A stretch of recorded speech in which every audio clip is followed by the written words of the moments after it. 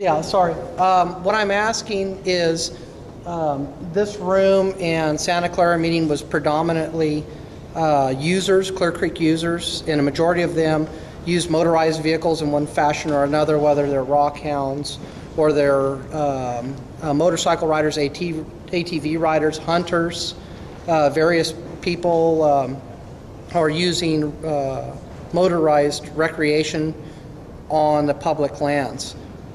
All of us were asking, and the majority of the people who use Clear Creek are asking that the area stay open. You're afraid of being sued. That's why I'm asking, who's going to sue you when probably 95% of the people who use Clear Creek want it to remain open?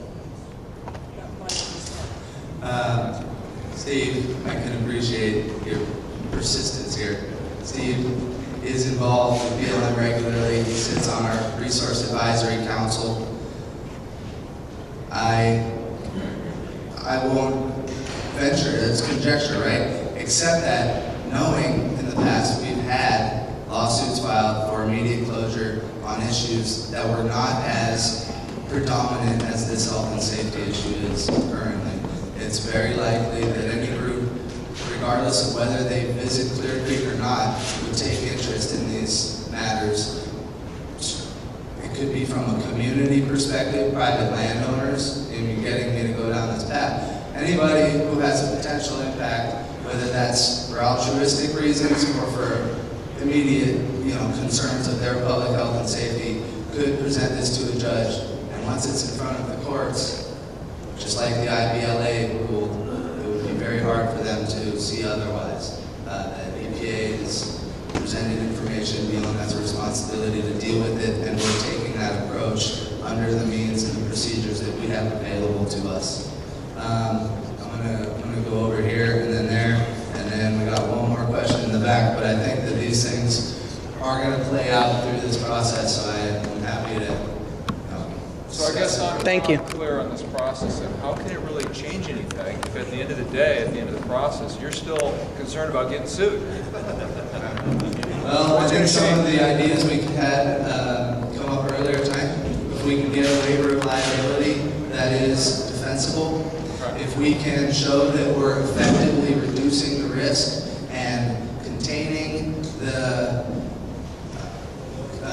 the contamination or the exposure rather to the visitors in Clear Creek, because currently there's a concern about the amount of fibers and asbestos-laden soils that are leaving Clear Creek and that we have no control over. So these are ways, and not to mention, highlighting the uncertainties.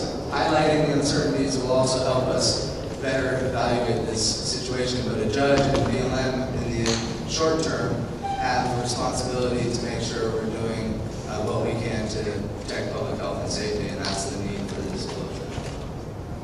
I promise this gentleman over here. It's a twofold question. One is, what's the legal maximum limit for you to perform your EIS? And then the second one is, why are I live in the Central Valley, very far away from here. I went to San Jose, or Santa Clara, sorry, I came here. I'm going to be 2 nights from now, I'll be back in San Jose. There's an awful lot of people, and you're alienating an entire population from the Fresno area that would take 2.5 hours to get here. No, but the more important question is, what's the legal limit on how long an EIS can take? And what's the penalty if say you went 4 days beyond that EIS date? There's no defined time frame for an EIS. These things can be executed quicker if we have good collaborative process. Everybody agrees and supports, the decisions. It could be drawn into a court, and we could see this thing prolonged for a long period of time. It's in our best interest. It's in everybody's best interest that we don't have those costly, timely delays. BLM's budget will only go so far, and we'll start to feel pressure from our internal organization to get these things done. So that's the answer. Ideally, 2 years, we will get through this process. It's very complex. It takes a lot of time to come up with information that people are asking for, and that we all can buy into. Because there's going to be some further debate about the accuracy of information and appropriate alternative alternatives that are included, but that's why we're going to take extra time and attention to get out and talk to people about the alternatives and about the impact analysis before we go ahead and publish things, so that we can minimize, the surprise or the objection to what's included in that report. I had somebody way back there, and there was a question about the east side, Fresno County. Certainly appreciate that. I've heard day after day from folks calling in the office. We're going to have scoping meeting, or it's not a scoping meeting after we publish the report, but this is one of those additional opportunities for public involvement to get in on how we consider the range of alternatives. One of them's going to happen. It's usually over at the Harris Ranch outside of Coalinga. We did have one last fall out there, but we didn't have this hot port in our hands, so rarely do people come out unless we get a lot of controversy. And that's just the way it is. But we will be looking out for those folks and highly publicize. Why not put them in the scoping also? Well, because by doing these type of things here, we're creating awareness. We have information online. We have it available upon request. We have it on YouTube, and that's how people get involved. Sure. I think that the needs of the many here far outweigh the needs of the few, and if they don't want to be there, they don't need to go. I mean, we, as BLM, are a very large agency. We have to consider national, regional, and local interests. The EPA, also being involved heavily into this process, their mission is to administer public health and safety.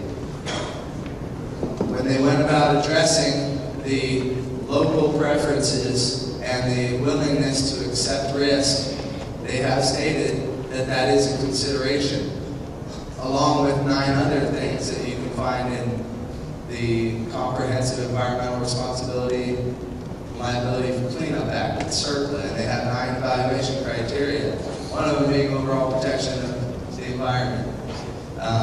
These are all things that I like to get a good understanding of. I try to have encourage other people to get a good understanding of, and that way we can have a meaningful discussion of how we approach these conflicts and these issues.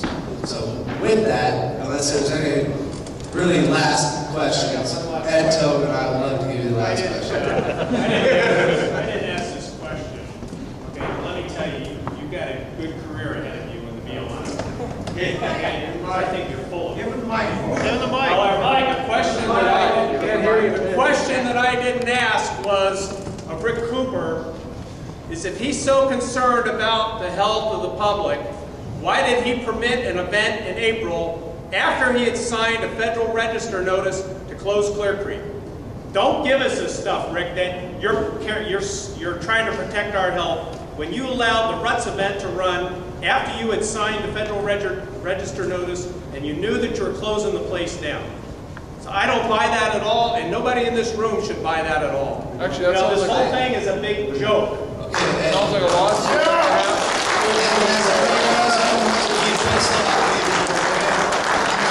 I don't want to leave here on a sour note, though. I want to make one more appeal here. No, he didn't answer the question. I'm answering for Rick because I was present when BLM signed the authorization for the Ruts event. We did have discussions with EPA about that event. We didn't have the information when we authorized the event before the actual thing was taking place. We consider the needs of the community and groups like the Racers Under the Sun, because they had put a lot of energy and time into that event. We weren't about to pull the plug at the last minute on them. So you'll let them go out there and get sick and die, right? These are conflicts that we have to deal with, and Ed, I certainly understand, and that's why this process is an attempt to deal with it. And this is the way it happens, people, and there's going to be frustration, but I appreciate everybody who came out and participated and will continue to participate. And Ed Tobin's going to be one of them, so rest assured that we'll get to these issues. Thank you, everybody, very much.